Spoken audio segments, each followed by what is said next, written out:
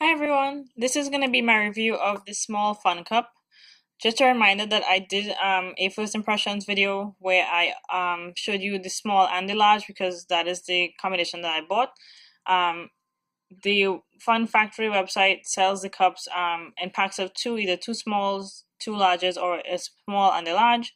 I bought a mixed pack and I kept the small for myself and I forwarded the large to a friend. So I don't have the large cup on hand and I will not be reviewing that. I'm only reviewing the small.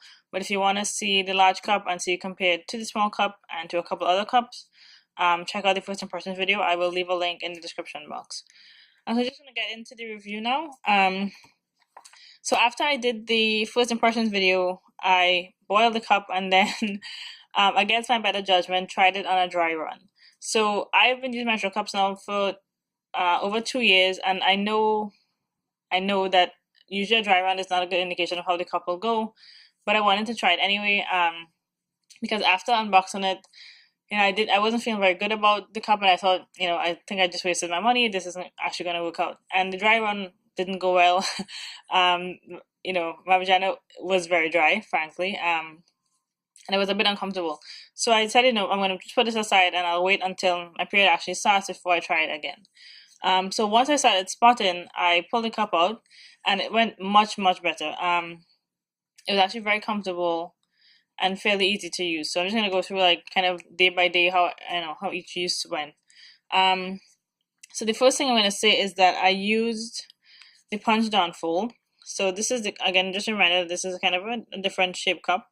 Um, I used the punch down fold on the short side because I don't even know if you could use it on the side. I guess you could, but I didn't. So I punched on the shorter side.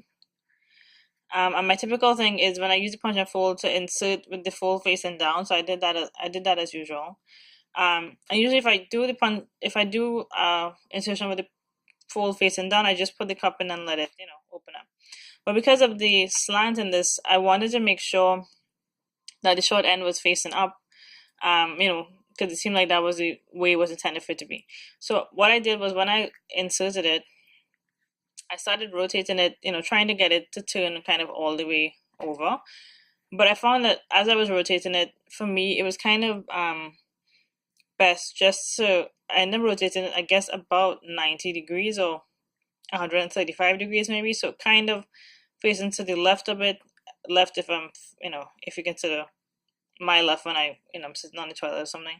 Um, End up with the nub facing to the left of it. I call this a nub. That seems to be the best word to me. It's not really a stem. Um, so I rotated it and then it kind of just settled in this spot here, not all the way up, but not all the way down. And that seems to be a pretty comfortable spot for it. And it sat there, you know, it was comfortable. And when usually if I have a cup, I usually either have to trim the stem all the way off, or if it has a kind of a nice blunt stem like the Super Jenny or the Casco cup, then the stem just kind of sits, between my inner labia or somewhere in that area, and I occasionally feel it. This is nice because this, the nubby area is kind of where those stems normally sit, so kind of between my inner labia. But it's a nice blunt area. It's wide. There's nothing poking, and there's no sharp edges. So I really couldn't feel this at all, which is great.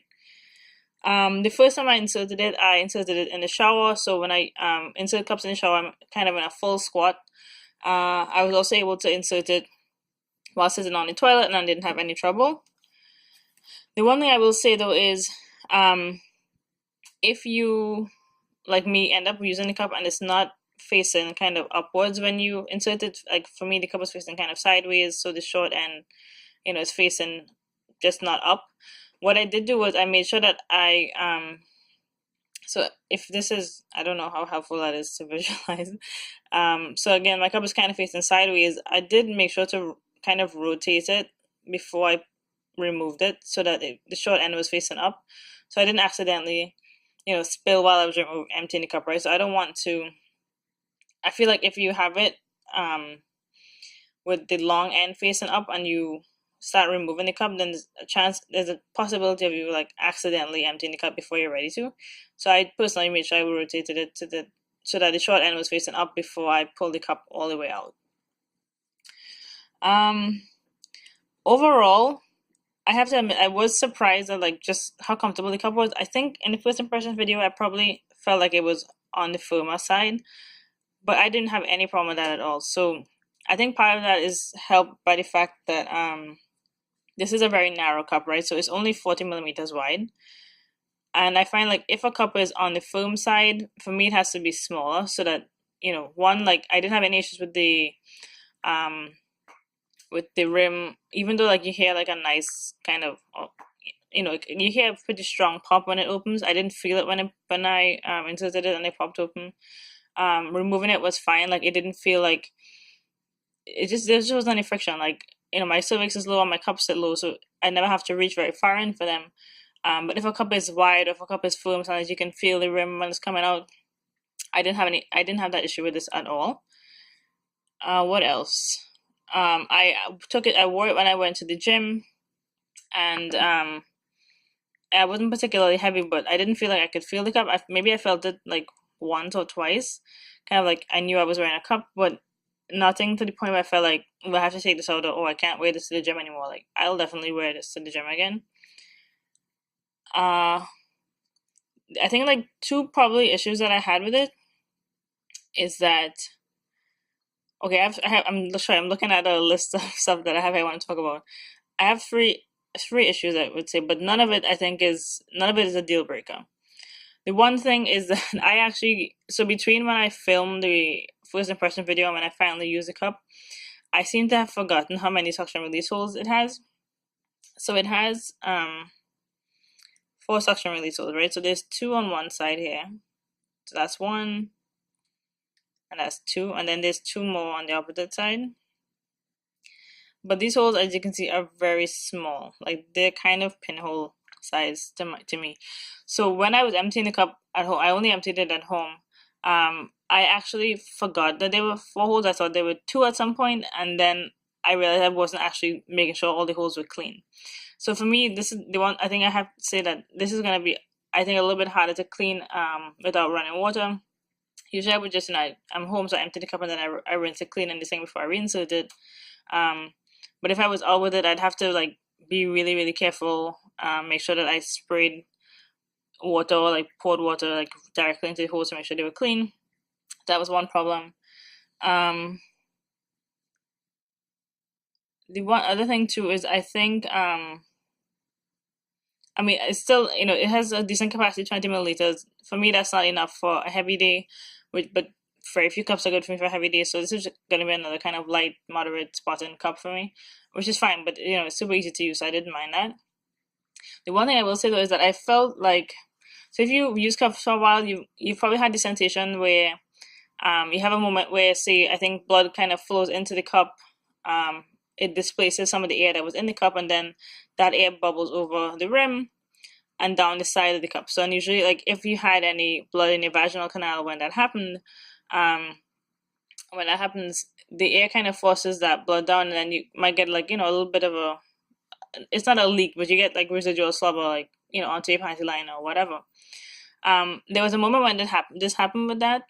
Oh, that happened with this cup.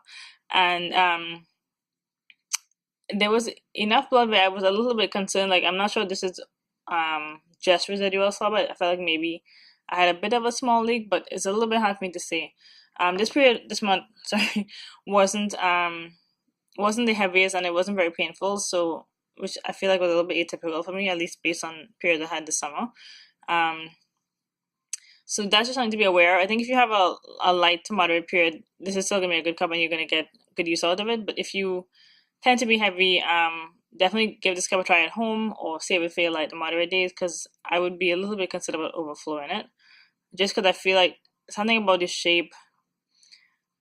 Really and truly, like ideally, a cup is gonna create suction with the walls of the vagina. In my case, I think because of where my cervix sits, and how low my cup sits, I don't know that I'm getting like a great seal per se, but the cup is just in the right place. So I feel like for me, like I think part of what it probably was is, and I noticed that something when I was putting the cup in, I have to, again, because the rim is not like flush, I had to be sure that my cervix was in the cup and not kind of half covered, half uncovered. So I think that might have been contributing to what I felt. And that was my third issue, which is like, again, the cup is generally easy to use, easy to insert, easy to remove. I just have to spend a little bit more time making sure that it's in the right place and that my cervix is completely covered by the cup.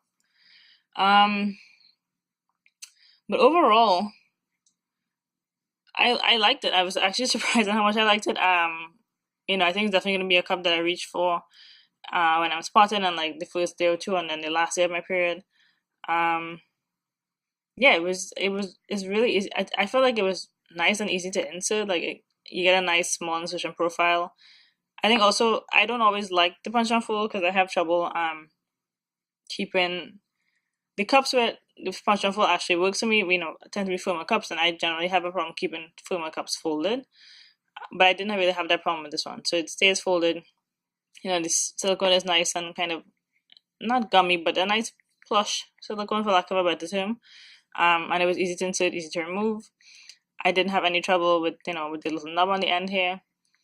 So overall, I think I don't know how many people this will be their Goldilocks cup. I don't know that I would personally recommend it as a first cup, just 'cause I think it's so different that you might have some issues troubleshooting if it doesn't work. But overall, I like it. If you're like a cup collector, like me, I guess to some extent, it is a fun cup, a fun cup to buy. Like I don't regret buying it, and I will get some use out of it. So overall, I cautiously recommend it. I have no issues with it, but I somehow don't feel like that I can strongly say this is the cup for everybody. I don't know that it is. I feel like you have to be comfortable with cups, and you have to know kind of how to maneuver a cup and what issues what issues you might have with a cup, so that you can use this as well as possible. But I don't have any. I don't have any reason to say not to buy it, but I can't strongly recommend it. So I don't know. I hope that was helpful. I mean, I hope I didn't confuse you. I think if you're interested in the cup, go ahead and buy it. It's a great cup. If you haven't tried cups before, I don't know that I would try this one. I feel like that's probably the fairest recommendation I can make. So overall, it's a good cup. It's a great additional cup to have, but it's not a great first cup. All right. Hope that was helpful and not too confusing. Thanks for watching. Bye.